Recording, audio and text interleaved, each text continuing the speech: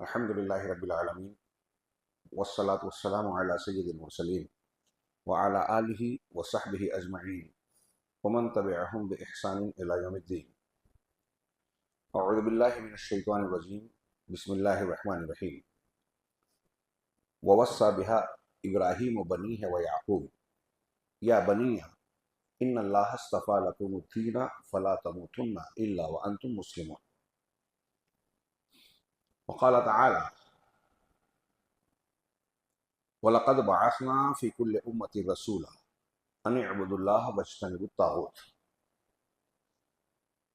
मोहतरम बुजुर्गों और भाइयों, जैसा कि इमाम मुहतरम जनाब मुआज़ मोहम्मदी साहब हफ़िज़हुल्लाह ने बताया कि अल्लाह की तौफ़ीक़ से पहली मर्तबा आप हज़रात के दरमियान हाजिर होने का मौका मिला है।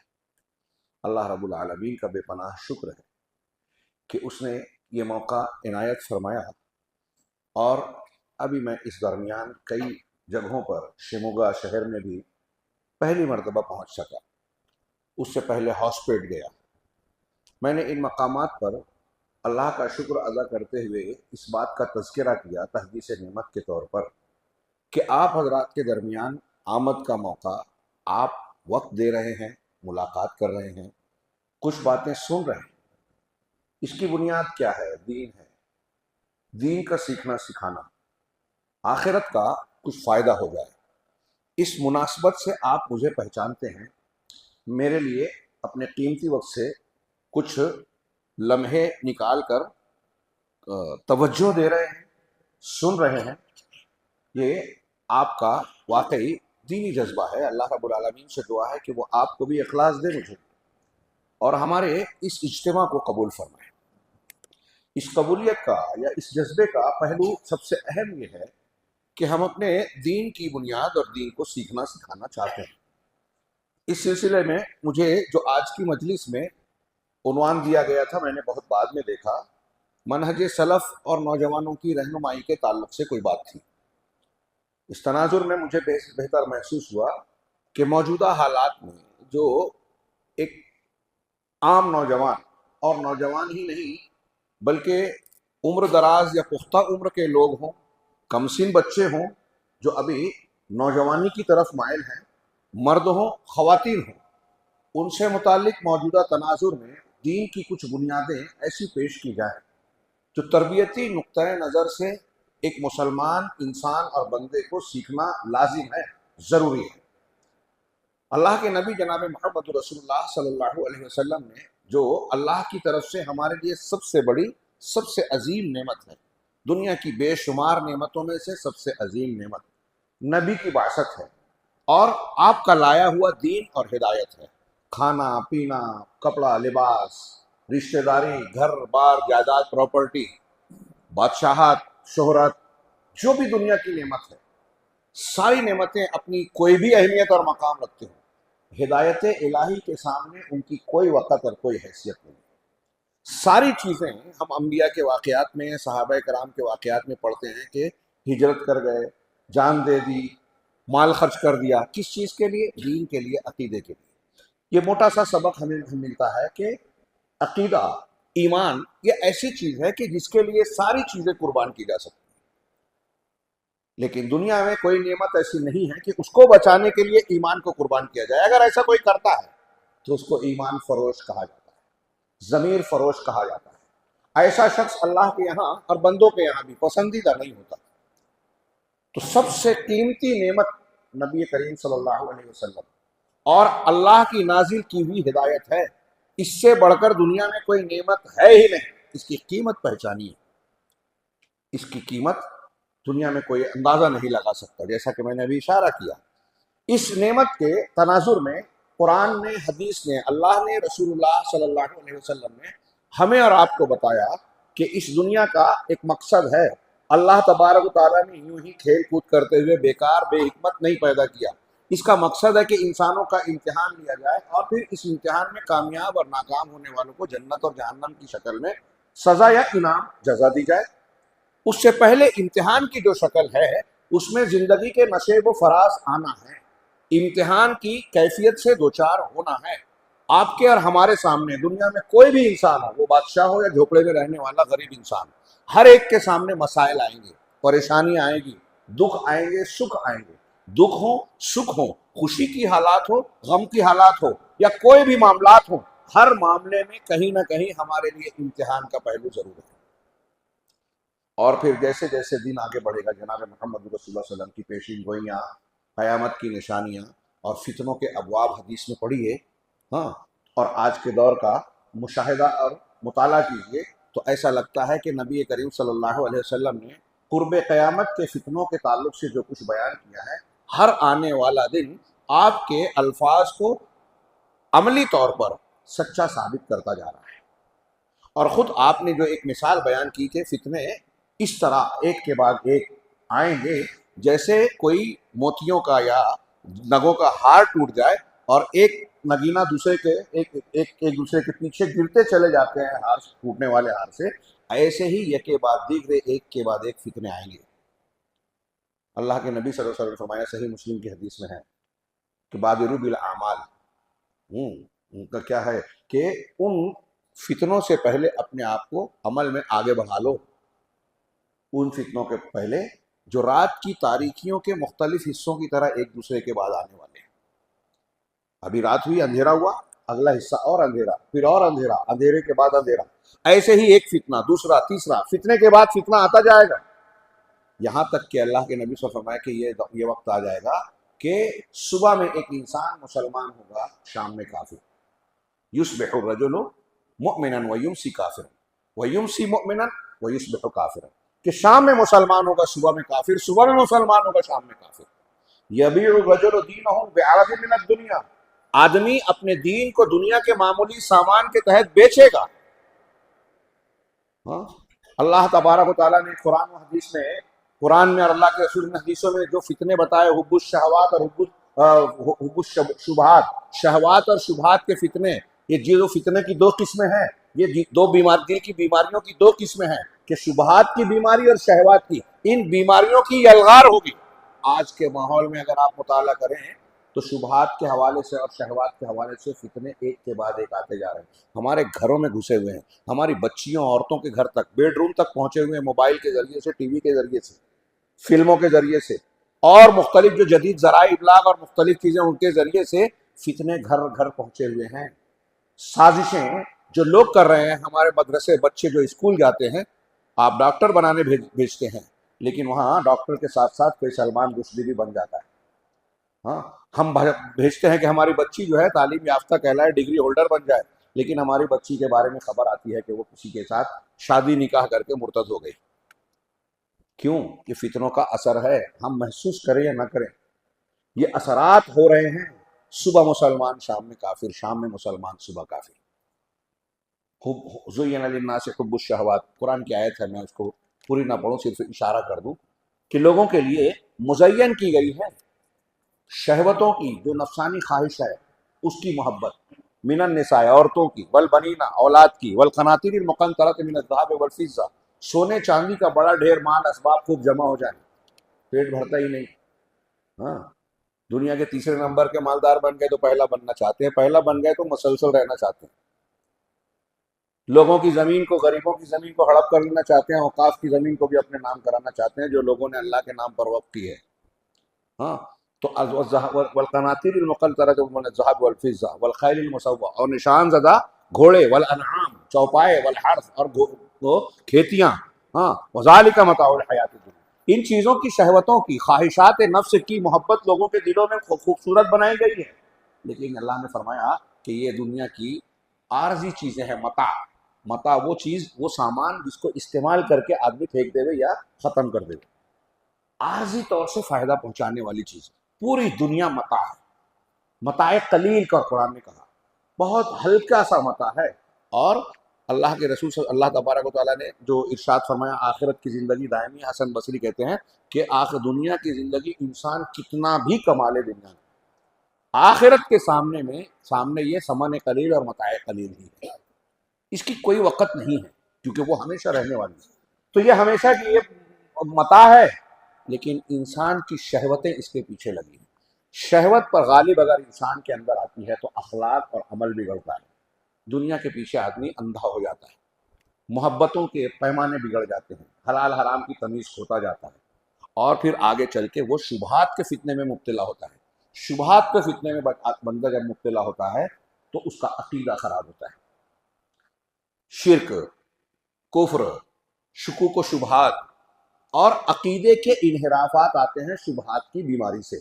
ये दो बीमारियां हैं दिल की, शुबहात की और शहवात की। हाँ, यकीन के जरिए से, ईमान के जरिए से शुबहात की बीमारियों का इलाज होता है। हाँ, सब्र के जरिए से शहवात की बीमारियों का इलाज होता है। मैं उस तफसील में जाऊं तो असल मौजू रह जाएगा। अल्लाह तबारक व तआला ने दोनों बीमारियों का जिक्र भी किया है अपनी शरीयत मुतहरा में, और उनका इलाज भी बितफसील बताया है। अब यहाँ मुख्तसर से वक्त में मुझे अगर ये पेश करना है कि इन शुबहात और शहवात की यलगार आज हो रही है।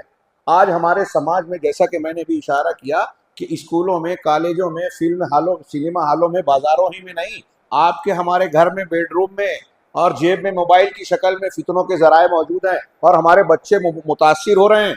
लड़कियां हों, खवातीन हों, बच्चियां हों, छोटे छोटे बच्चे जो कार्टून देख रहे हैं ना, उन कार्टून की फिल्मों के जरिए से उनकी जहन साजी की जा रही है। पूरे तौहीद से हटाकर कुफ्र की तरफ, शिर्क की तरफ, ईमान से हटाकर कुफ्र की तरफ, नेकियों से हटाकर गुनाहों की तरफ, दुनिया की लज्जतों, चमक दमक की तरफ रागिब करने की भरपूर कोशिश की जा रही है। और उसके असरात से हमारे बच्चे, हमारी नई नस्ल दो चार हो रही है, हमारे नौजवान उससे मुतासिर हो रहे हैं। दीन को, शरीयत को, अकीदे को हकीर और हल्का समझते हैं, दुनिया ही को सब कुछ समझते हैं।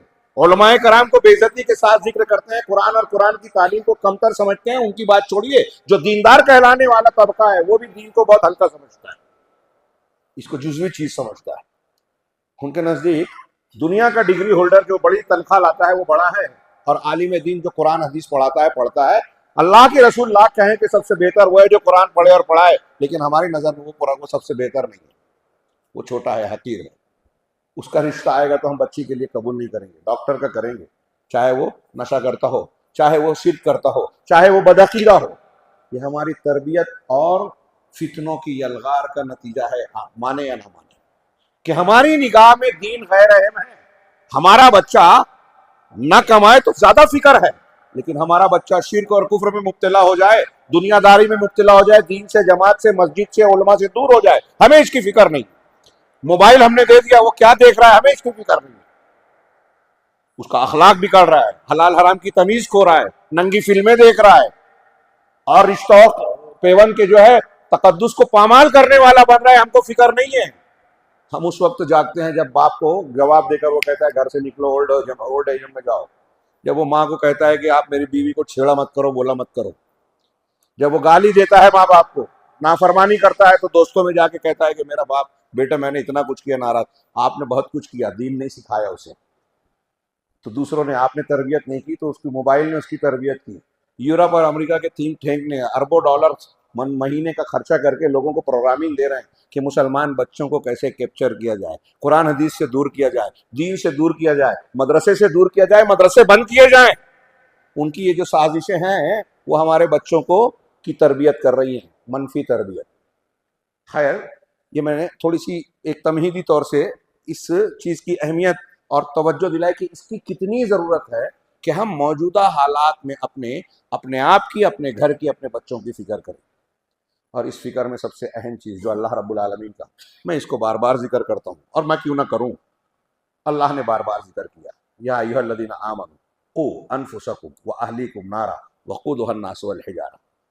इसमें हमको, मैं इसलिए भी छेड़ता हूँ कि हम इन मामलात में जो मैं कह रहा हूँ, आप सुनते हैं, कोई नई बात नहीं सुन रहे हैं, लेकिन मैं ऐसा मानता हूँ कि आज मुसलमान इन चीज़ों के बारे में सीरियस नहीं है, संजीदा है ही, सुनता है, एक कान से उड़ा देता है। हम अपने बच्चों की सही मोहब्बत करने के लिए तैयार नहीं है। अल्लाह कह रहा है कि ऐ लोगों, अपने आप को, अपने अहल व अयाल को आग से, जहन्नम से बचाओ। कौन सी आग? वक़ूदुहा अन्नास वल हिजारा, जिसका ईंधन इंसान और पत्थर है। कुरान में उस आग की जो तफसील है, उस जहन्नम के जो तफसीलात, उसकी सिफात, उसमें खाने बयान किए गए कि कैसा खौलता हुआ पानी पिघले हुए तांबे की तरह उनके ऊपर से डाला जाएगा, पीने वाली चीज़ मुंह में दी जाएगी, अगर मुंह में डाल भी लेगा पहले तो डाल नहीं पाएगा, होंठ पे लगेगा, होंठ कट जाएगा, पेट में डाल लेगा तो पेट के अंदर से आंतें अतड़ियां कट कर पाखाने के रास्ते से बाहर निकलेगी। युसारो माफी बुतूनिहिम वल जुलूद, कि उससे उनके पेट के अंदर की चीजें और उनकी चमड़ियां झुलस जाएगी, गल जाएगी, सड़ जाएगी, लेकिन मरेगा नहीं। मौत मांगेगा अल्लाह से, मरेगा नहीं। अल्लाह कह रहा है उस जहन्नम से अपने आप को और अपने बच्चों को बचाओ। कैसे बचाएंगे? हज़रत अली रज़ी अल्लाह तआला ने कहा कि अच्छी तालीम देकर, अच्छी सही इस्लामी तरबियत करके, अदब सिखा के, उनके अल्फाज को मैंने उनकी बात को अपने अल्फाज में बयान किया कि सही तालीम और तरबियत और अदब अदब सिखाकर अपने आप को और अपने बच्चों को जहन्नम की आग से बचाओ जरूरी है। उसके बगैर वो बच ही नहीं सकते। और आप अगर आपको ये फिक्र नहीं कर रहे हैं तो यूरोप, अमेरिका और दुनिया की ताकतें, दुनिया की कोशिशें हैं कि आपका बच्चा जहन्नम में चला जाए। शयातीन का गिरोह इसके लिए सरगर्म अमल है, वो चूक नहीं रहा है, मुसलसल लगा हुआ है। तो अब हमें क्या करना है? फितनों से बचने के लिए क्या करना है? फितने कम नहीं है मेरे भाई। और हैरत अंगेज बात यह है, ज्यादा खतरनाक बात यह है कि अगर कोई दुश्मन की शक्ल में आए तो आप पहचान के उससे अपना बचाव करोगे। आपको खतरा है कि ये फौज हम पर हमला करने आ रही है तो आप दिफा करोगे ना। लेकिन अगर आप पर कोई हमला करने आ रहा है और आप उसे दोस्त समझ रहे हो कि नहीं नहीं ये तो हमारा दोस्त है, हमारा मेहमान है, रिश्तेदार है, तो कितना खतरनाक हो जाएगा। दीन के मामले में हमें नुकसान पहुंचाने वाले जो खुले दुश्मन हैं, उससे ज्यादा छुपे दुश्मन वो दुश्मन है जिसको आज हमारी नस्ल पहचानने के लिए तैयार नहीं है। और मुझ जैसा कोई कमील में ही सही अगर बताता है कि ये तुम्हारे नुकसानदेह दुश्मन है तो लोग नाराज हो जाते हैं। अरे ये तो इख्तिलाफी मसला चल रहा है, अरे ये तो उनका रद्द कर रहे हैं, अरे आपने उनको कैसे कह दिया। तो एक फिरका इबलीसिया भी है, इबलीस की तरफ निस्बत करने वाला, तो उसका लिहाज करे तो हजरत इबलीस लानतुल्लाह अलैह को भी बुरा ना कहें, उसको भी दुश्मन ना कहें जिसको कुरान ने कहा वो तुम्हारा दुश्मन है। अब वो नाम क्यों है वो एक अलग बहस है। मैं एक मजाक के तौर पर मैंने एक बात कही। अल्लाह तबारक व तआला ने जिन लोगों को कहा कि ये तुम्हारे लिए खतरनाक हैं, ऐसे लोग तुम्हारे बीच में आएंगे, शैतान तुम्हें बहकाएगा, तो शैतान बहकाने आएगा तो मैं बार बार कहता हूँ कि वो ये आके नहीं कहेगा कि मैं तुम्हें बहकाने आया हूं, मैं शैतान हूं, वो तुम्हारा दोस्त बन के आएगा। अल्लाह की कसम खाइए, दाएं से बाएं से आगे से पीछे से सिराते मुस्तकीम पर घात लगा के बैठूंगा, उनको तेरे सीधे रास्ते से हटाऊंगा, बहकाऊंगा। कैसे बहकाएगा? वो दीन का नाम लेकर बहकाएगा, गलत दीन को दीन बताकर बहकाएगा, जहन्नम की चीज को जन्नत का रास्ता बताएगा। जैसे हज़रत आदम से कहा कि ये झाड़ खा लोगे, इसका फल खा लोगे तो हमेशा जन्नत में रहोगे, जबकि उसी को खा के जन्नत से निकालेगा। हमको भी बोलेगा कि ये खाओगे तो फायदा, जबकि उससे नुकसान है। और धोखा खाएंगे लोग, और खा रहे हैं। अल्लाह के रसूल ने बताया 73 जहन्नम, 73 फिरके होंगे, 72 गलत रहेंगे। हम कहते रहे आप ऐसा मत बोलो, रसूल बोल दिया अलग बात है, आप बोलोगे तो इख्तिलाफ होगा। कमाल है। हम बोल रहे हैं कि एक जन्नत में जाकर, ये इख्तिलाफी बात छोड़ो, अरे वो शिर्क कर रहा है, वो बिदअत कर रहा है, वो फला काम कर रहा है, वो गलत बात बयान कर रहा है, आप किसी को रद्द क्यों कर रहे हो? रद्द करना पड़ेगा। वही है सही तरबियत, रहनुमाई अच्छी तरह समझें। जो ये नहीं समझते, मैं ऐसा मानता हूं कि वो दीन नहीं जानते। किसी एक नबी को बताइए, एक दाई को बताइए जिसने शिर्क का, बिदअत का या शरीयत की मुखालिफ चीजों का रद्द ना किया हो। अभी मैंने एक आयत पढ़ी, वलक़द बअसना फी कुल्लि उम्मति रसूला, हमने हर उम्मत में एक रसूल भेजा। क्यों भेजा रसूल? अपना पैगाम पहुंचाने के लिए, रिसालत पहुंचाने के लिए, दीन बताने के लिए, सिराते मुस्तकीम की निशानदेही, जन्नत का रास्ता ये है, इससे हटोगे तो जहन्नम में जाओगे, ये बताने के लिए रसूलों को भेजा। हर उम्मत में आया, और हर उम्मत के रसूल की पहली बुनियादी सबसे अहम अव्वलीन तालीम क्या थी? अल्लाह ने आगे फरमाया अनिअबुदुल्लाह वज्तनिबुत तागूत, कि अल्लाह की इबादत करो और तागूत से बचो। सारे रसूलों की पहली तालीम यह है, अल्लाह की इबादत। सिर्फ इबादत करो ये काफी नहीं है, अल्लाह की इबादत करो। ये लिखी कुरान की आयत पढ़ी मैंने, सूरह नहल की, बहुत मशहूर है, और ये बात कुरान में जगह जगह है।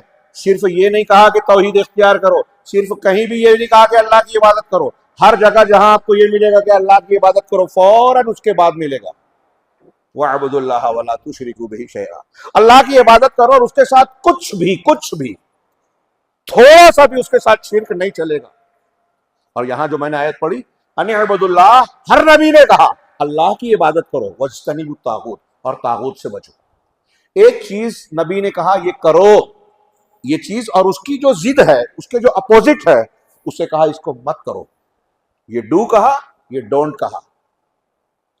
समझ रहे हैं नौजवानों? अच्छी तरह समझो, नबी की तालीम में सिर्फ डू नहीं है, डोंट भी है, सिर्फ फजाइल नहीं है, उससे पहले मसाइल हैं।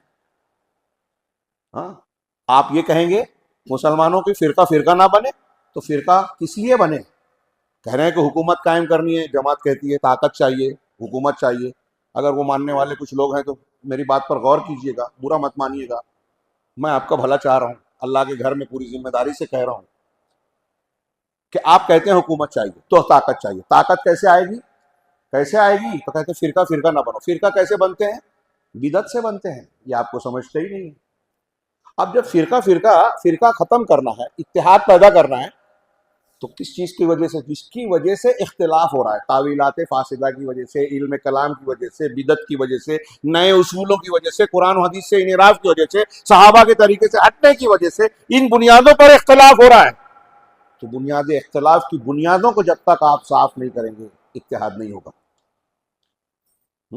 कुएं में कुत्ता गिर गया, मौलवी साहब से आगे फतवा पूछा, क्या करे? कहा 200 डोल निकाल दो। पुराने जमाने की बात थी, मशीन नहीं थी। हाँ, 200 डोल निकाल दो और फिर पानी इस्तेमाल करो।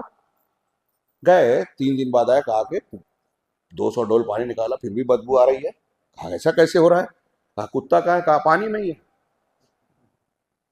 तो कुत्ता ने निकाला, 200 डोल पानी निकाल दिया। हमारे यहाँ ऐसे इत्तेहाद इत्तेफाक की कोशिशें हो रही है कि इख्तिलाफ की, फिरका बंदी की जो बुनियादें हैं, उस कुत्ते को पानी में ही रखा है। नहीं नहीं, किसी को बोलो मत, जो जिस मसलक पे चलने दो, शिर्क कर रहा है शिर्क करने दो, बिदत कर रहा है बिदत करने दो, और एक हो जाओ। ऐसा मुमकिन है क्या? थोड़ी देर के लिए सोचिए, ऐसा मुमकिन है? क्यों इख्तिलाफ हुआ? फिरके कैसे बनते हैं? फिरके कैसे बनते हैं मैं यहाँ बयान नहीं कर सकता। अल्लामा शातिबी की किताब अल-इतिसाम में बड़ी तफसीली गुफ्तगू है, और बहुत से उलमा ने इस पर बहस की है कि जब सहाबा का और नबी का जो तरीका और दीन था, जिसको अल्लाह ताला ने पसंद किया, जिसको सिरात मुस्तकीम कहा, जिसके बारे में अल्लाह के रसूल ने कहा कि इस तरीके पे चलने वाला निजात पाने वाला गुरोह होगा, जन्नत में जाने वाला, इस रास्ते से जिसने कोई अलग उसूल बनाया, कोई नई बिदत निकाली और उसको इसके सामने इख्तियार कर लिया, ये नया फिरका बन गया। पहले खारजियत पैदा हुई, राफजियत पैदा हुई, उन्होंने एक अलग उसूल और बिदत निकाली अहले बैत के मोहब्बत के नाम पर। देखिए, नारा अच्छा होता है बिदती का, हुब्बे आले बैत, राफजियत पैदा हुई। फिर सहाबा की मुआफ़क़त और इनिल हुक्म इल्ला अल्लाह, अरे हुक्म सिर्फ अल्लाह का। आजकल हमारे तहरीकी नौजवान इसका नारा लगाते हैं, खारजियों का नारा, ये जदीद दौर के खारजी हैं तो मुसलमानों को बगैर शरई दलील के कत्ल करने का फतवा देते हैं। आलम इस्लाम में कई जगह मस्जिदों में धमाके करते हैं।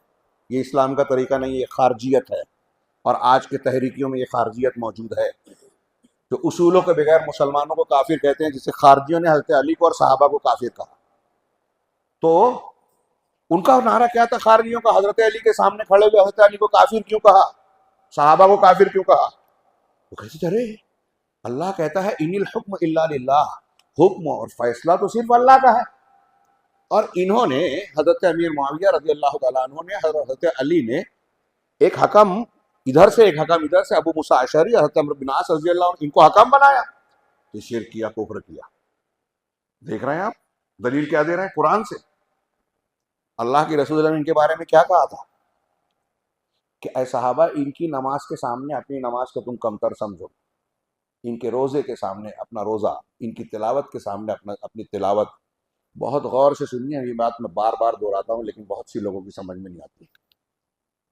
नबी सल्लल्लाहु अलैहि वसल्लम कह रहे हैं खारजियों की नमाज सहाबा से अच्छी नमाज रहेगी, तिलावत सहाबा से अच्छी, सहाबा से कह रहे हैं, लेकिन नमाज अच्छी दिख रही है तो वो अच्छे हो गए क्या? हमको और आपको कितना होशियार रहना चाहिए। आज के ज़माने में थोड़ी सी कोई अच्छी चीज़ देखती है तो हम लाइक कर लेते हैं। अखबार में बयान आता है तुर्की का, ईरान का, जो सहाबा को गालियां देते हैं, जिनकी पूरी तारीख मुसलमानों को नुकसान पहुंचाने में गुजरे, जो यहूद और नसारा के एजेंट हैं, अल्लाह के घर में बोल रहा हूँ जिम्मेदारी से, उनके बारे में कोई खबर आती है, हमारे यहाँ लोग लाइक करने लगते हैं।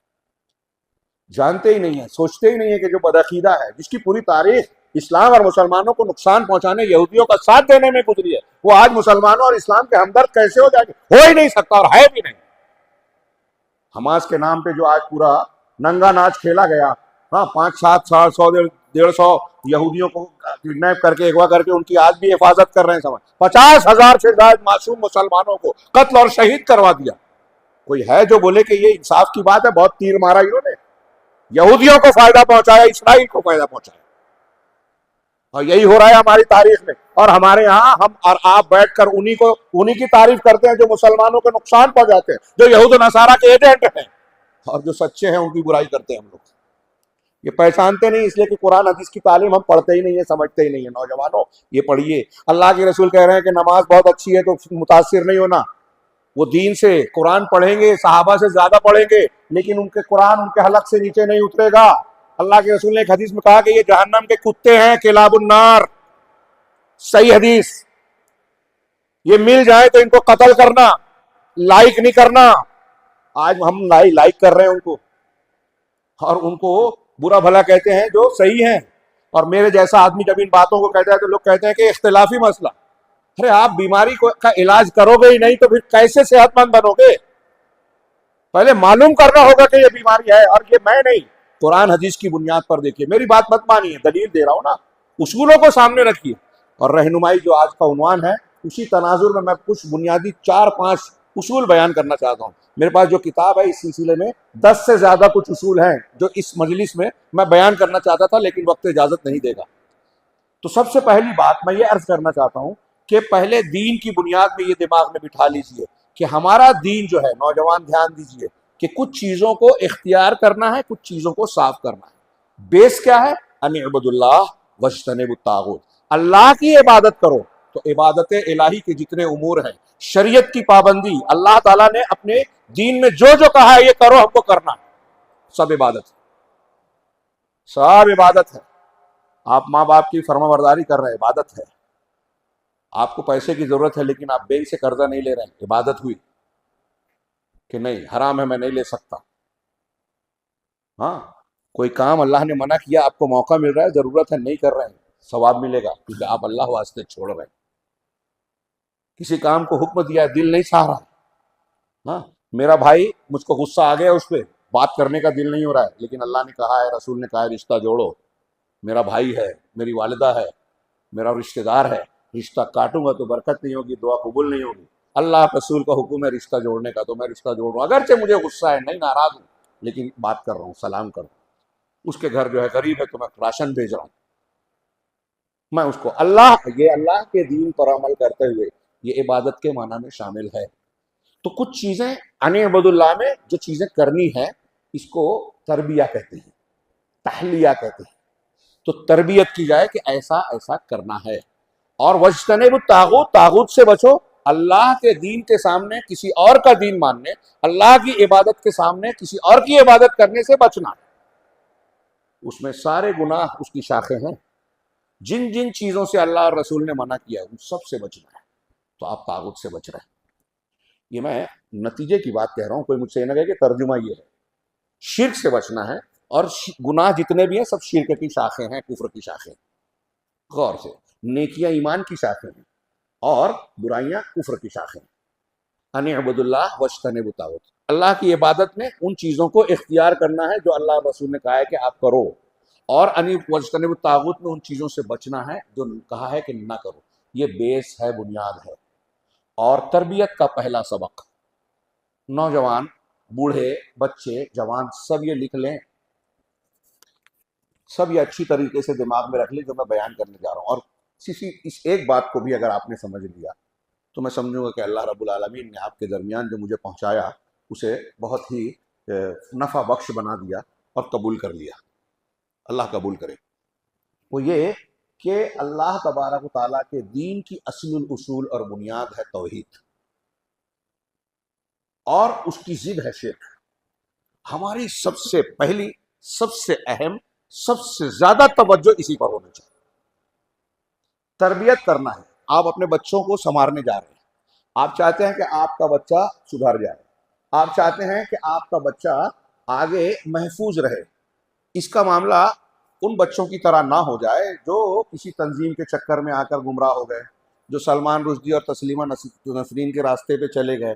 हमारी बच्चियां मुर्तद ना बन जाएं, कॉलेज जाने के बाद दूसरों के दाम में ना आ जाए, हमारे बच्चे और बच्चियां मुनकिर हदीस ना बन जाए, हमारे बच्चे जो हैं किसी मौलवी साहब के दर्स से मुतासिर होकर उससे उसके शिरकिया दर्स को कबूल करके शिरक ना करने लगे, किसी मिर्जा जाहिल के पीछे जाके जो है साहबा कराम को बुरा भला ना कहने लगे। अगर आप ऐसा चाहते हैं कि हमारे बच्चे फितनों से महफूज रहें, शहवात और शुबहात के, तो सबसे बेसिक, सबसे अव्वल, सबसे ज़रूरी चीज़ जो करनी है, और इससे अहम बात तो मैंने कही ही नहीं, अगर आप चाहते हैं कि आपका बच्चा जहन्नम में ना जाए, अल्लाह के अजाब से बचे, तो सबसे बुनियादी चीज़ क्या है? कोई नौजवान बोलेगा क्या सीखना ज़रूरी है उसके लिए? ये इल्म, लेकिन इल्म भी कौन सा इल्म? अकीदे का, और उसमें भी तौहीद। ला इलाहा इल्लल्लाह जन्नत की कुंजी है, सुने हो ना? मतलब अगर किसी इंसान के पास ला इलाहा इल्लल्लाह ठीक ठाक नहीं है तो जन्नत का दरवाज़ा उसके लिए खुलेगा ही नहीं।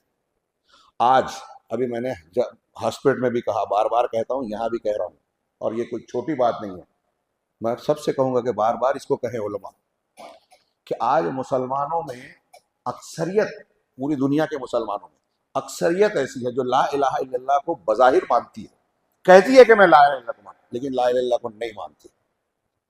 ला इलाहा इल्लल्लाह का माना नहीं मालूम है, अवाम तो छोड़िए, उलमा ला इलाहा इल्लल्लाह की गलत तशरीह कर रहे हैं। सैयद कुतुब साहब ने, वहदत इब्न अरबी ने, ये डॉक्टर असरार ने, मौलाना मौदूदी साहब ने, सूफियों ने ला इलाहा इल्लल्लाह की जो तशरीह की है वो सहाबा, ताबईन, तबे ताबईन, मुहद्दिसीन और तमाम कुरान और हदीस और अरब के मालूम मानों के बिल्कुल बरखिलाफ, मतलब उससे हटकर की है, गलत तशरीह की है। ये मैं गुस्से से नहीं, अफसोस से कह रहा हूं। जिनको लोग बहुत बड़ा समझते हैं, आंख बंद करके उनके पीछे चलते हैं। आप कहेंगे कि बस आप तो, आपकी क्या हैसियत है? हाँ, मेरी कोई हैसियत नहीं है, लेकिन ये बात जो कह रहा हूँ पूरे वसूख से, अला वजील बसीरा, दलील की बुनियाद पर कह रहा हूँ, और बड़े बड़े उलमा ने इसको हाईलाइट किया है कि इसी कलमे के माना में की तशरीह ने गलती कर दी। ला इलाहा इल्लल्लाह जिसमें तौहीद उलूहियत बयान की है, इन सूफियों ने, वहदतुल वजूदियों ने इसको इसको तौहीद रुबूबियत वाला माना बना दिया, जिसमें अल्लाह की उलूहियत का इकरार करके तमाम लोगों की उलूहियत का रद्द किया गया है। वहदतुल वजूदियों ने कहा कि हर चीज में अल्लाह ही अल्लाह है, पेड़ में अल्लाह है, पौधे में अल्लाह है, परिंदे में अल्लाह है, चरिंदे में अल्लाह है, दरिंदे में अल्लाह है, कुत्ते में अल्लाह है, सुअर में अल्लाह है, हिंदू जिस बुत की पूजा करता है उसमें अल्लाह है। हमारे उलमाए देवबंद के मुफ्ती साहब ने नांदेड़ में स्टेज पे ये बात कही। एक अहले हदीस बच्चे ने सवाल कर लिया, नए नए अहले हदीस ने, क्लिप है उसकी मौजूद है, मिल जाएगी, कि हमारे मुफ्ती साहब, उसने कहा कि यहाँ हमारे मुफ्ती साहब ये जब ये कहते हैं कि हिंदू जिस बुत की पूजा करते हैं अल्लाह उसमें भी है, क्या वो सही है? तो उन्होंने स्टेज पे बोला, अगर पहले अहले हदीस को गैर मुकल्लिद कह के बुरा भला कहा, और फिर कहते हैं कि हमारे मुफ्ती साहब सही कहते हैं, सर पीट लीजिए, सर पीट लीजिए। कितने, है ना हैरत की बात। थोड़ी देर के लिए मेरी बात अगर आपको गलत लग रही है, फिर भी मैं एक कहूँगा कि अगर मैं जो कह रहा हूँ वो सही है तो मुफ्ती साहब की बात गलत है, और मैं जो कह रहा हूँ वही सही है, ये मेरा ईमान है। क्या सही है? कि वहदतुल वजूद का अकीदा दुनिया का सबसे बड़ा कुफ्र और शिर्क है। हर चीज में आप अल्लाह को माने, सबसे बड़ा कुफ्र है। ला इलाहा इल्लल्लाह का रद्द है ये, इससे बड़ा शिर्क। और ये मैं नहीं कह रहा हूँ, बड़े बड़े सलफ के उलमा ने भी कहा है। मैंने कल के किसी तकरीर में कहा कि ईसाइयों ने सिर्फ हजरत ईसा के अंदर कहा अल्लाह ताला आ गया, तो अल्लाह ने कहा कि उन लोगों ने कुफ्र किया जो कहते हैं कि ईसा मसीह इब्ने मरियम ही अल्लाह है, जो कहते हैं कि अल्लाह तीन का तीसरा है। सिर्फ हजरत ईसा में अल्लाह को माना तो वो काफिर है। और आप जो है ये सूफी साहब हिंदुओं और शंकराचार्य के अकीदे के मुआफिक दुनिया की हर चीज में अल्लाह मान रहा है, तो कितना बड़ा काफिर होगा। थोड़ी देर के लिए सोचिए संजीदगी से। अब एक आदमी देवबंद के मुफ्ती साहब को कितना बड़ा आलिम समझता है, आप उनको आलिम समझते हैं, उसको इज्जत करते हैं, एहतराम करते हैं, करना चाहिए अगर आलिम है, मोहतरम है, मुफ्ती है।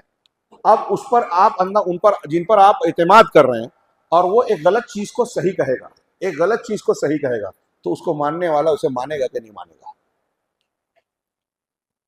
मैं अगर एक गलत आदमी को बहुत बड़ा एहतराम वाला मकाम दे रहा हूं और ये तासुर देता हूं कि वो जो कहते हैं सही कहते हैं, और उनकी गलत बात भी पर मैं खामोश हूं, तो चलो मैं अगर सुधर भी गया, फर्ज कीजिए, तो मेरा बेटा कहेगा मेरे अब्बा जो है उनको बहुत मानते थे, उनकी बातें सुनते थे, उनका दर्द सुनते थे, उनकी किताब पढ़ते थे, उनकी बातों की पैरवी करते थे, तो उसकी गलत बात को भी सही मानेगा कि नहीं मानेगा? आप ऐसे लोगों की क्लिप, ऐसे लोगों की किताबें अपने घर में रखोगे, बहुत अच्छी तकरीर की, बहुत अच्छा दर्स देते हैं, बहुत सी खूबियां हैं, लेकिन एक शिर्क है, एक शिर्क है उनकी किताब में, एक शिर्क है उनके दर्स में। आपका बच्चा अगर उस शिर्क और उस कुफ्र को इख्तियार कर लेगा तो उसका जिम्मेदार कौन है? आप होंगे कि नहीं होंगे?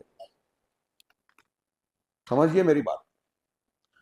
इसमें कितना चौकन्ना रहना चाहिए। इसीलिए इमाम अहमद बिन हम्बल और तमाम मुहद्दिसीन कहते हैं कि बिदती कितना भी मुत्तकी परहेजगार नजर आए आपको, उसकी मजलिस में जाके इस्तिफादा नहीं करना, क्योंकि उसके तकवे और परहेजगारी की अच्छाई को देखकर आप उसकी बिदत में अगर पड़ गए तो आप अपना दीन तबाह कर लोगे।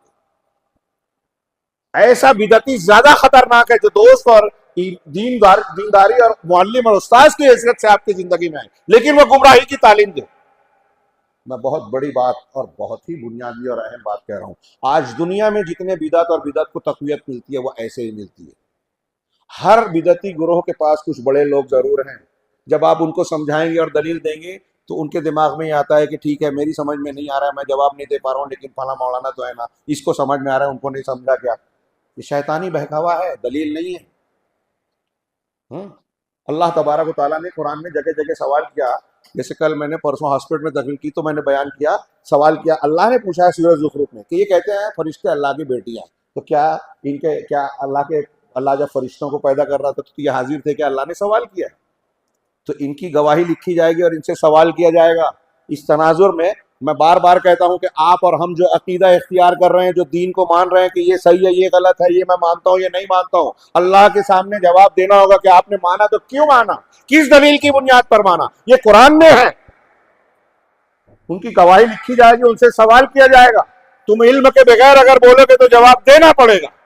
ये दलील नहीं चलेगी कि हमारे बाप दादा ने किया था तो हम भी मान रहे हैं, ये उसी नहीं आए तो मैं आगे पढ़िए जाके। तो सबसे बुनियादी तालीम क्या है कि अकीदा तौहीद को, मैं ये अर्ज कर रहा था कि बच्चों की तरबियत करनी है, दावत व तबलीग करनी है, अपनी इस्लाह करनी है, तो सबसे पहले सबसे ज्यादा जिस चीज पर मेहनत होनी चाहिए वो तौहीद है।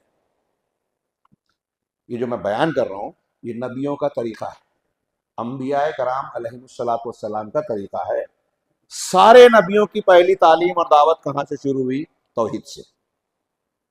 शिर्क का रद्द, तौहीद की तालीम। नबी करीम सल्लल्लाहु अलैहि वसल्लम, और यहां मैं रुक कर एक सवाल करना चाहता हूं कि अल्लाह के नबी या अंबिया से बढ़कर कोई और बेहतर मुसल्ह हो सकता है क्या?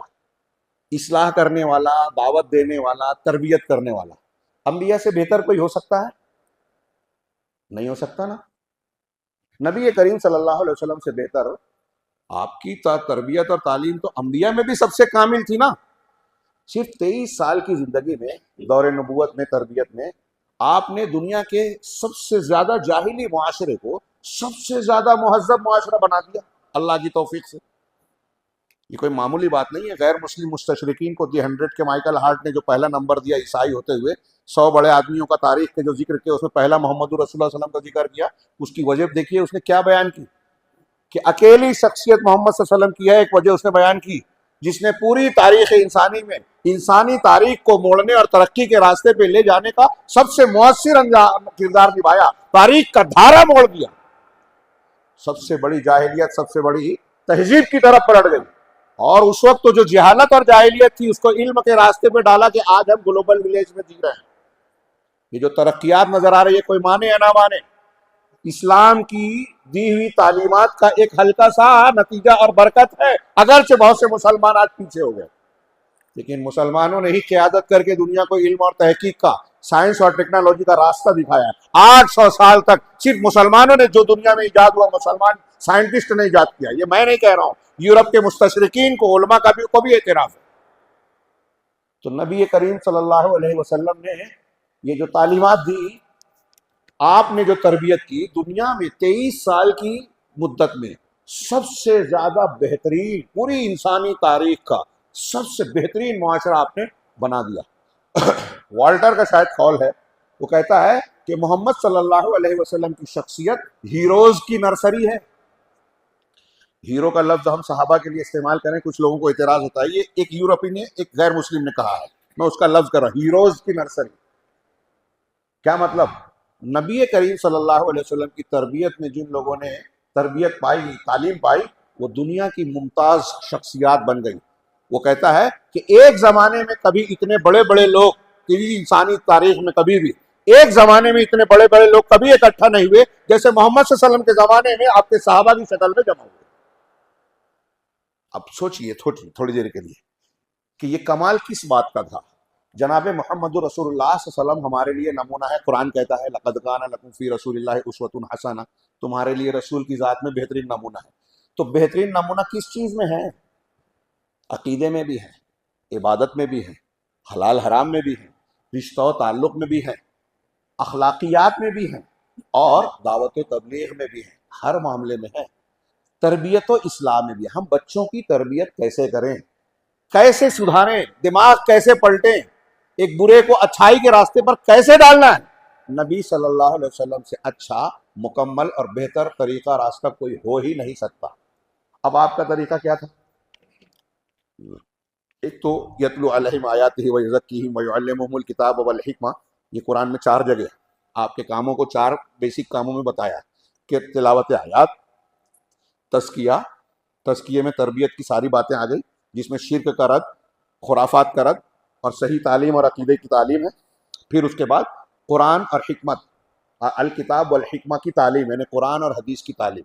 ये नबी की तरबियत का 4 उन्सुर, 4 काम, समझ लीजिए कि मुख्तसर में पूरी तामीर शख्सियत का निसाब निसाब तालीम और तरबियत है। ये तिलावत आयात, तज़किया और कि अल किताब और अल हिकमा की तालीम। यहाँ हमारे जो उलमाए मौजूद हैं, मेरी इस बात की गहराई को शायद समझ रहे हैं। मैं जो कह रहा हूँ कि मेरे इस जुमले को एक अलग से तकरीर में बयान किया जा सकता है, और ये मेरा जुमला नहीं है, ये कुरान की बात है। हाँ, तो बहरहाल मैं ये अर्ज कर रहा था कि नबी सल्लल्लाहु अलैहि वसल्लम के तरीके में सबसे पहली और बुनियादी चीज क्या है कि आपने किस पर मेहनत की? अकीदे पर।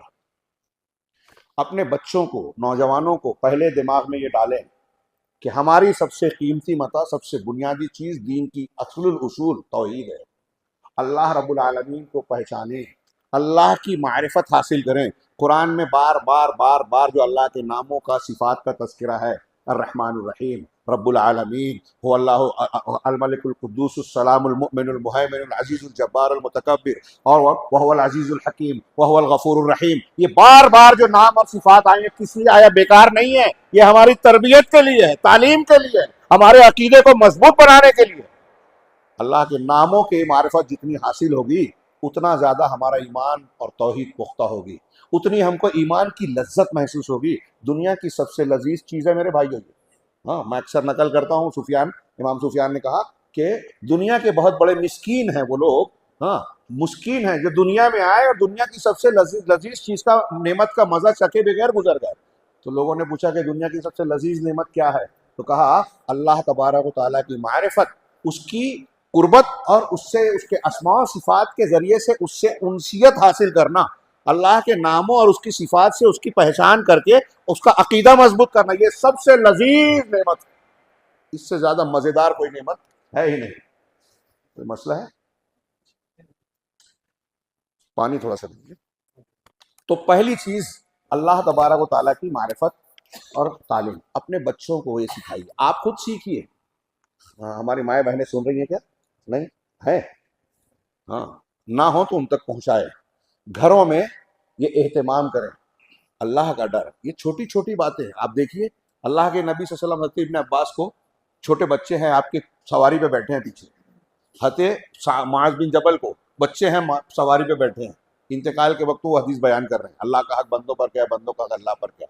अल्लाह का हक यह है कि उसके सिवा किसी की इबादत ना की जाए, शिर्क ना किया जाए। हाँ, और जब ये बंदे करेंगे तो अल्लाह का यह हक है कि उनको अजाब ना दे मुस्तकिल, यानी जो तौहीद पे मरेगा जन्नत में जाएगा जरूर, पहले जाए बाद में जाए, जाएगा जरूर। हाँ जी, अजान देना है। ये ईशा का टाइम हो गया।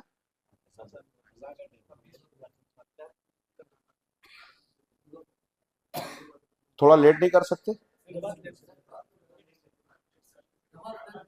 अजान भी लेट कर लीजिए भाई, कोई मसला नहीं है ना, कि कोई दिक्कत है? थोड़ा सा नहीं, ये बातों सिलसिलावार कट जाती है, हालांकि बहुत अहम बातें हैं। खैर मैं तो उसको मुख्तसर करने की कोशिश करता हूँ, लेकिन ये चीज़ें तालीम की हैं, तकरीर से ज़्यादा ये दर्स की होनी चाहिए। आप इसको दर्स के तौर पर सीखें। मैं अर्ज़ कर रहा था कि नबी करीम सल्लल्लाहु अलैहि वसल्लम का या तमाम अम्बिया का जो तरबियत और दावत का तरीका था, देखिए ये बहुत अहम है कि आप तौहीद से शुरुआत करें। हज़रत इब्न अब्बास वाली रिवायत का मैं इशारा कर रहा था, तिरमिज़ी की बड़ी मशहूर हदीस है। आपने कहा ऐ गुलाम या गुलामो, हदीस पढ़िए, शॉर्ट करने के लिए मैं मफहूम सिर्फ इशारा करूँ, आप सुन चुके हैं। इन्नी अईदुका बिकलिमात, मैं आपको कुछ कलिमात की, कुछ बातों की नसीहत कर रहा हूँ। हज़रत इब्न अब्बास से अल्लाह के रसूल सल्लल्लाहु अलैहि वसल्लम फरमा रहे हैं, हाँ, अल्लाह को याद रखो, अल्लाह तुम्हें याद रखेगा। अल्लाह को याद रखो, अल्लाह तुम्हें याद रखेगा। अल्लाह को याद रखो, अल्लाह की हिफाजत करो, मतलब याद रखो, तो तुम अल्लाह को अपने सामने पाओगे। अकीदे में मतलब अल्लाह की मदद तुम्हारे साथ होगी। तो अपने बच्चों को पहले ये सिखाओ कि दुनिया की कोई भी मुसीबत आ जाए, आप मछली के पेट में चले जाओ तो अल्लाह से मांगो। कोई हुकूमत आपके खिलाफ कानून बना रही है, अल्लाह से मांगो। कोई नितिन याहू आप पर बम गिरा रहा है, अल्लाह से मांगो, अल्लाह से मदद मांगो। ये तालीम दीजिए पहले बच्चों को, यकीन अल्लाह पे हो। कोई फिरौन आपके पीछे से आ गया, सामने दरिया है, अल्लाह से मांगो, अल्लाह दरिया में रास्ता देगा, अल्लाह चाहेगा तो अल्लाह तबारक कहा कि अल्लाह को याद करो। और फिर आगे अल्लाह के रसूल ने फरमाया कि इज़स्तान तफस क्या इज़ा सअल तफस अल्लाह, मांगो तो अल्लाह से मांगो, व इज़स्तान तफस अल्लाह, और मदद चाहो तो अल्लाह से मदद चाहो। हम नमाज में पढ़ते हैं इय्याका नअबुदु व इय्याका नस्तईन।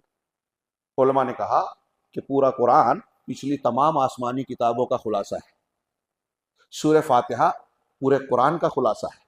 इय्याका नअबुदु व इय्याका नस्तईन सूरह फातिहा का खुलासा है। इसलिए कि इसमें हमारी ज़िंदगी का मकसद, शरीयत का मकसद और मकसूद सिमटा हुआ है। और वही अल्लाह के रसूल अपने बच्चे को, हज़रत इब्न अब्बास को सिखा रहे हैं, चचाजाद भाई। हाँ, मांगो तो अल्लाह से, मदद चाहो तो अल्लाह से।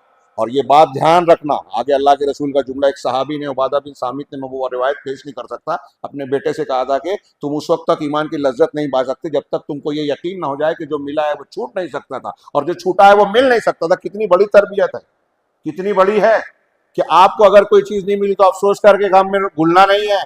मेरे अब्बा का इंतकाल हो गया, मैं फला चीज में नाकामयाब हो गया, मुझे फला चीज नहीं मिली, मैं फला लड़की से या फला लड़के से शादी करना चाहता या चाहती थी, नहीं हो सकी, तो जो नहीं मिला ये यकीन रखना कि अल्लाह ताला ने नहीं लिखा, नहीं मिलेगी, तो गम में भूलेगा नहीं, आदमी खुदकुशी नहीं करेगा, बड़ी से बड़ी नाकामयाबी हो जाए।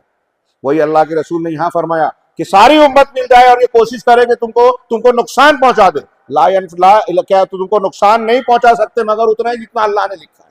कितनी बड़ी बात है। पूरी दुनिया, नेतन्याहू और ट्रंप मिलकर जो सारे हथियार अपने यूज कर ले, अल्लाह नहीं चाहेगा तो एक बच्चे का एक बाल नहीं बिका होगा।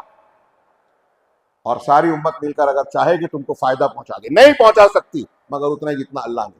ये अल्लाह के रसूल अपने बच्चे को अकीदा सिखा रहे हैं। पहले अपने बच्चों को अकीदा सिखाइए। इब्राहिम और याकूब का मैंने आयत पढ़ी, ववस्सा बिहा इब्राहिम व बनी व याकूब। इब्राहिम ने अपने बेटों और याकूब ने अपने बेटों को ये वसीयत की, क्या की, या बनिया इन्नल्लाह अस्तफा लकुमुद्दीन फला तमुतुन्ना इल्ला व अंतुम मुस्लिमून, कि बेटो अल्लाह ने तुम्हारे लिए एक दीन को मुंतखब किया है, लिहाजा तुम्हारी मौत इसी हालत में है कि तुम मुसलमान रहो, इसी हालत में तुम्हारी मौत आनी चाहिए कि तुम मुसलमान रहो।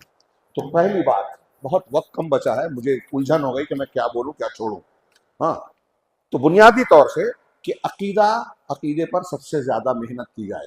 तमाम अंबिया का और नबी करीम सल्लल्लाहु अलैहि वसल्लम का तरीका है। आप देखिए, सोचिए, आज हमारे यहाँ लोग बड़ी बड़ी बात करते हैं। अल्लामा अलबानी की बात जो मैं माजी में कई तकरीरों में जिक्र कर चुका हूँ और लोगों ने किताबों में लिखा है, अरब उलमा ने, अलजायर जब हजरत अलबानी साहब गए थे तो उनकी एक वहाँ के जो इखवानी फिक्र के लोग थे, कौन सी तंजीम है, उसके सरबराह से बातचीत हुई थी। बड़ा प्यारा मुकालमा है।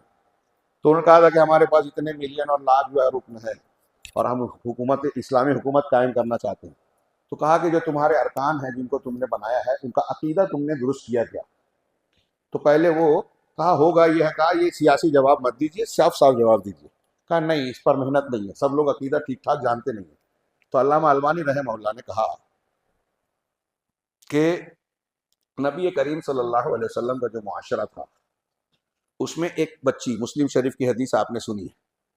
हाँ, अल्लाह तबारक व तआला के रसूल सल्लल्लाहु अलैहि वसल्लम के एक सहाबी ने कहा कि मैंने अपने वो रेवड़ था, बच्ची जो है उसकी निगरानी कर रही थी, एक भेड़िए ने हमला करके बकरी को नुकसान पहुंचा दिया, तो मैंने गुस्से में आके बच्ची को तमाचा मार दिया, और बाद में मुझे अफसोस हो रहा है कि मैंने उस बच्ची की गलती थी नहीं, मैंने जुल्म कर दिया, तो क्या करूं? कहा उस बच्ची को बुलाओ। बच्ची को बुलाया, पूछा कि हज़रत अलमानी ने यही पूछा था कि ये बताओ कि तुम्हारे अरकान को ये पता है कि अल्लाह कहाँ है? अल्लाह कहाँ है? तो कहा नहीं पता है, आखिरी में। तो उसने कहा, अल्लामा अलबानी रहमहुल्लाह ने कहा कि उस बच्ची को अल्लाह के नबी सल्लल्लाहु अलैहि वसल्लम ने जब बुलाया तो कहा कि बताओ ऐन अल्लाह, अल्लाह कहाँ है? आज हमारे यहाँ इसको लोग हल्की फुल्की और गैर जरूरी बात समझते हैं, दानिश्वर लोग जो बेवकूफ़ है हकीकत में, हाँ, दीन समझते वमझते नहीं है, अकीदे की अहमियत मालूम नहीं है। हाँ, वो कहेंगे कह रहे क्या बकवास है, यही दीन है जिसको बकवास कहते हैं, और जो वो बकवास करते हैं उसको दीन समझते हैं। तो कहते हैं अल्लाह के रसूल ने पूछा उस बच्ची से अल्लाह कहाँ है? तो उसने कहा ऊपर है, आसमान में। बच्ची ने कहा मैं कौन हूँ? कहा आप अल्लाह के रसूल हैं। तो नबी करीम सल्लल्लाहु अलैहि वसल्लम सहाबी से कहा आतिक़हा फ़इन्नहा मुमिना, इसे आज़ाद कर दो इसलिए कि ये मोमिन है, ईमान वाली है। अल्लाह कहाँ है उस बच्ची को ये पता है, सही जवाब दिया। मैं कौन हूँ? मोहम्मद सल्लल्लाहु अलैहि वसल्लम अल्लाह के रसूल है, सही जवाब दिया। इन दो सवालों की बुनियाद पर रसूल सल्लल्लाहु अलैहि वसल्लम ने ये तय किया कि ये मोमिना है। अब्दुल मालिक रहमहुल्लाह हफिज़हुल्लाह अलजायर के एक सलफ़ी आलिम है, उनकी मोटी किताब है, उसमें उन्होंने ये वाक़या नकल करके लिखा कि अल्लामा अलबानी ने आगे बयान किया कि जिस समाज में बच्चों को ये पता था कि अल्लाह कहाँ है, अल्लाह कहाँ है अकीदे पे, अल्लाह ने उनको दुनिया में हुकूमत दे दी, खिलाफत राशिदा फैल गई। और आप हुकूमत कायम करने की बात कर रहे हैं और आपके पुख्ता उम्र के बूढ़ों को यह पता नहीं है कि अल्लाह कहाँ है, इसका सही जवाब नहीं मालूम है, और हिंदुस्तान के 80% मुसलमानों को नहीं मालूम है, क्योंकि अकीदे पे मेहनत नहीं है।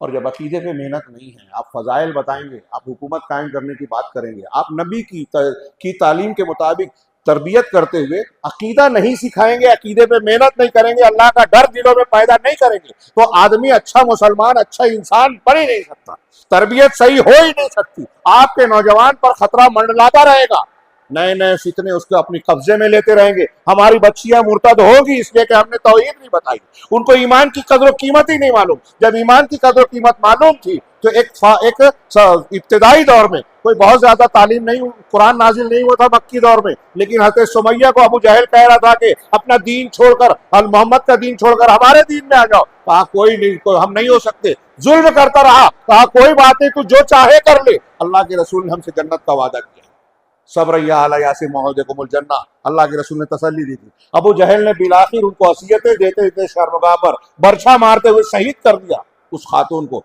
वो औरत नहीं हिली, इस्लाम को नहीं छोड़ा।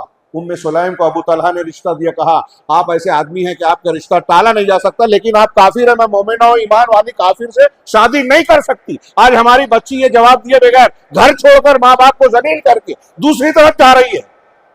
क्यों? इसलिए कि आपने तौहीद नहीं सिखाई, आपने नबी की तरबियत के मुताबिक तरबियत करते हुए इस्लाम की तालीम और बुनियाद नहीं सिखाई। मैंने अर्ज किया था, तो सबसे पहले तरबियत के लिए हमें तौहीद सिखानी है। तौहीद के बाद ये एक दो कायदे का सिर्फ जिक्र कर दूं, ये कुछ चीज़ें हमारे ध्यान में बसा लेना चाहिए। नौजवानों, इस्लाम मुकम्मल है। मुकम्मल का मतलब कुरान हदीस में हमारे दीन की हिदायत की सारी बातें मौजूद है, दलीलों का मौका नहीं है, आप पूछ सकते हैं, और ये चीज़ें ऐसी है कि दोहराई जाती रहती। जब इस्लाम मुकम्मल है तो इसको अगर माने तो इसका फ़ायदा क्या होना चाहिए? इसका फ़ायदा ये होना चाहिए कि इस्लामी तालीम, आपके सामने कोई भी नई चीज़ आए, नया त्यौहार आए, नई फिक्र आए, कोई नया बहुत बड़ा टीवी चैनल पे कोई ऐसा आदमी आए जो बहुत अच्छी तकरीर कर रहा है, अगर कोई नई बात पेश कर रहा है जो कुरान हदीस में नहीं है, आपके उलमा, आपके दीन के लोग जानते नहीं हैं, रद्द कर दीजिए। ये देखिए कि जिस चीज़ को ये पेश कर रहा है कुरान में है, हदीस में है, सहाबा ने किया, नहीं किया है तो वो दीन नहीं है। दुनिया की हर बिदत को आप इससे रद्द कर सकते हैं। अल्लाह ने कहा अल-यौमा अकमलतु लकुम दीनकुम व अतममतु अलैकुम निअमती, आज मैंने दीन को मुकम्मल कर दिया। दीन मुकम्मल कौन है? जिसमें ना इजाफा किया जा सकता है ना घटाया जा सकता है। एक बात। इसी तरीके से अल्लाह हकीम है, अहकमुल हाकिमीन है। रसूलुल्लाह सल्लल्लाहु अलैहि वसल्लम इंसानों में सबसे ज्यादा हिकमत वाले थे। तो आपकी, ये एक उसूल बयान कर रहा हूँ, आपकी के दिमाग में ये होना चाहिए कि अल्लाह और रसूल का जो भी हुक्म और फैसला होगा वो सबसे ज्यादा फायदे वाला, सबसे ज़्यादा हिकमत व दानाई वाला होगा, उसमें कोई बात बेकार गलत हो ही नहीं सकती। वो 4 शादी की इजाज़त हो, दाढ़ी का हुक्म हो या कोई और हुक्म हो, हमारे दिमाग में नहीं आ रहा है, लेकिन वही फ़ायदेमंद है क्योंकि अल्लाह हकीम है, हम हकीम नहीं हैं। साइंस वालों को, दुनियादारों को बहुत सी चीज़ समझ में शुरू में नहीं आई, आज समझ में आ रही है। अभी कई चीज़ें समझ में नहीं आ रही है, आगे आएगी। यही इम्तिहान है कि आपका दिमाग कबूल नहीं कर रहा है, तो अब आपके दिमाग को फला बुजुर्ग और फला बड़े साहबी, वो दानिश्वर है, वो इमाम है, उनका ज़ौक़ है, तो किसी साइंटिस्ट, किसी ज़ौक़, किसी के इज्तिहाद, किसी का कश्फ, किसी का ख्वाब, अगर कुरान हदीस के खिलाफ है तो हम कुरान हदीस को मानेंगे, इसलिए कि अल्लाह और रसूल ने ये बयान किया, वो मुकम्मल है, उसी की बुनियाद पर निजात मिलनी है। इससे कई चीजें जुड़ी हुई है कि कुरान हदीस मुकम्मल है, कुरान हदीस फितरत के मुताबिक है, कुरान हदीस में आपस में टकराव नहीं है। ये मैं 3 कायदे बयान किया, इन तीनों कायदों में से एक एक के लिए एक एक घंटा चाहिए, लेकिन मैं 3 कायदा बयान कर रहा हूं। अगर इनको आप मानते हैं तो कुरान हदीस के सामने किसी चीज को आप नहीं मानेंगे। आखिरी बात, एक उसूल और इशारा कर दूं, ये सब मैंने सरसरी भी जिक्र किया कि कोई झगड़ा हो, इख्तिलाफ हो तो कुरान हदीस की तरफ लौटेंगे। दीन के मामले में कोई चीज़ समझनी हो तो उलमाए कराम कौन से, जो कुरान और हदीस को जानते हैं, जो अहले ज़िक्र हैं, उनसे पूछेंगे, उनसे रुजू करेंगे। ये अल्लाह का ऑर्डर है, फस्अलू अहल ज़िक्र, अहले ज़िक्र से सवाल करो। अहले ज़िक्र कौन है? ज़िक्र कहते हैं कुरान और हदीस को। हाँ, अहले ज़िक्र वो हैं जो कुरान और हदीस को जानने समझने वाले हैं। जो डॉक्टर हैं, doctor Asrar, doctor Zakir Naik, doctor फला, बहुत अच्छे हो सकते हैं। मौलाना सैयद अबुल आला मौदूदी, सैयद कुतुब, सरवर साहब, हसन अल बन्ना, बहुत अच्छे हो सकते हैं, लेकिन अगर वो आलिम नहीं है, अगर वो इस्लामी अकीदा नहीं जानते।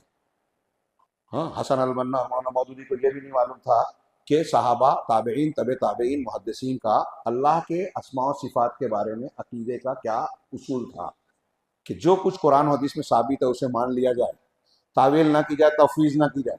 हसन अल बन्ना कहते हैं कि तफवीज़ सहाबा और सलफ का, जमहूर उलमा का मसलक था, गलत बात है। मौलाना मौलवी साहब अर्श पर मुस्तवी होने और अकीदे की कई चीज़ों का, अल्लाह के आसमान और ज़मीन के क़यामत के दिन हाथ में होने की तावील गलत करते हैं, अहले सुन्नत वल जमात के अकीदे के खिलाफ, और हम उनको सही मानते हैं। अल्लाह उनको माफ़ करे, उनकी इज्तिहादी गलती अल्लाह माफ़ करेगा, लेकिन हमारे सामने कुरान हदीस की दलील आ गई तो अब वो इतने बड़े मौलाना हैं, उनका रद्द कैसे करें? अरे हजरत मूसा और ईसा की बात भी अल्लाह और रसूल के बाद खिलाफ होगी तो आपको नहीं मानना है, और मान लोगे रसूल की बात छोड़ के तो अल्लाह के रसूल ने कहा कि गुमराह हो जाओगे।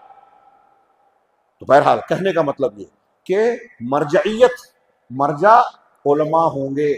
आज के इस ज़माने में मेरे पास टाइम नहीं है, लेकिन मैं बहुत फिर से दोहरा रहा हूँ कि मौजूदा हालात में यूरोप और अमेरिका की जो साजिशें हैं, आपके घरों में जो मोबाइल है, नौजवान मोबाइल और मुख्तलिफ फितनों का जो शिकार है, निसाब तालीम के रास्ते से, स्पोर्ट्स के रास्ते से। हाँ, हमारे यहाँ मुख्तलिफ किस्म के स्लोगन, नई नई तंजीमें, मुसलमान कहलाने वाली कुछ तंजीमों को गैर मुस्लिम हमारे बीच में लॉन्च करते हैं। मेरे जुमले को याद रखिएगा, कई ऐसे होते हैं जो जिहाद की और इसकी उसकी बात करते हैं, लेकिन उन्हें बनाने वाले गैर मुस्लिम होते हैं। यहूद और नसारा ने दाइश को बनाया है, ये सबूत आज खुल के सामने आ गया। शुरू शुरू में हम कहते थे तो लोग नाराज होते थे, आज वो भी कह रहे हैं कि हाँ इसके सबूत आ गए। हिलरी क्लिंटन ने माना, मुसाद ने माना कि हाँ दाइश को हमने बनाया था और उसका ये मकसद था। तो हमारे लोग देखते नहीं है, उलमा से पूछते नहीं है, जोश जज्बे में आते हैं, और कोई अगर आलिम ने सच्चाई का रास्ता बताने की कोशिश की तो उसी को धमकी देने लगते हैं, उस पर तंज तारीफ करने लगते हैं। तो मरजइयत उलमा की तरफ, कुरान और हदीस को बुनियाद समझ कर, जान कर ये समझ लें कि शयातीनुल इंस वल जिन मुख्तलिफ शक्लों में आकर इंसानों को बहकाने की कोशिश करते हैं, और जो सही है ये दुनिया का मीडिया उनको गलत बताता है, और जो गलत है दुनिया का मीडिया उनको सही बताता है। इतना शऊर तो हर मुसलमान को होना चाहिए कि शयातीन हमें सही तस्वीर नहीं बताएंगे, मीडिया में जो आता है उसके पीछे देखें कि इस खबर के पीछे मकसद क्या हो सकता है, तो आप सच्चाई तक शायद पहुंच सके। ये एक कुछ बातें मैंने कुछ उसूलों की रोशनी में, दीन के कुछ रहनुमाई के उसूलों के बारे में, कि मरजाइयत आप उलमा को दीजिए। कोई बहुत अच्छी तकरीर करता है, बहुत अच्छा दर्स देता है, उसको लाइक करने वाले, सब्सक्राइब करने वाले बहुत हैं, ये मेयार नहीं है। जैसा कि मैंने कहा, खारजियों की नमाज रोजा बहुत अच्छा था, अल्लाह के रसूल ने कहा लाइक नहीं करना, मिल जाए तो कत्ल करना। क्यों? आखिरी बात सिर्फ अल्लामा इब्न तैमिया ने कही, कुछ लोगों ने कहा कि हम ऐसा ऐसा करते हैं, मुनाजरा हुआ, लंबा वाकया है शॉर्ट में। तो कहा कि आपने, वो कहेगा कुछ लोग डकैती डालते थे, चोरी करते थे, लूटते थे मुसाफिरों को, हमने उनको समझाया बुझाया और मस्जिद में लाया। कहा मस्जिद में लाने के बाद आपने उनको क्या सिखाया? तो कहा कि हम उनको ये सिखाते हैं कि आदाब पर अमल करो, फ़ज़ाइल पे अमल करो, नमाज पढ़ो, करते हैं। कहा अकीदे ने, कहा अकीदा तो ऐसा ऐसा है, जो हम मानते हैं वही मानते हैं, जो आप मानते हो क्या, हाँ वही, उनका अकीदा गलत था। तो अल्लामा इब्न तैमिया का जुमला याद रखिए, अच्छी तरह दिमाग में बसाइए, नहीं समझ में आता है तो बाद में पूछिए आपके उलमा से। उन्होंने कहा कि वो जब डाकू थे उस वक्त ज्यादा अच्छे थे आज से। मस्जिद में आने के बाद जो नमाज पढ़ रहे हैं, जिक्र तस्कार कर रहे हैं ना, इससे अच्छे उस वक्त थे जब डाकू थे। अच्छी तरह समझे क्यों। इसलिए कि जब वो डाकू थे तो उनका किरदार हरामखोरी वाला और बुराई वाला जरूर था, लेकिन अकीदा गलत नहीं था, शिर्क नहीं था। और आज जिस अकीदे को तुमने सिखा दिया वो शिर्क कर रहे हैं, कुछ नेकियां कर रहे हैं और तसल्ली दे रहे हैं, अपने आप को फरेब दे रहे हैं कि हम अच्छा काम कर रहे हैं।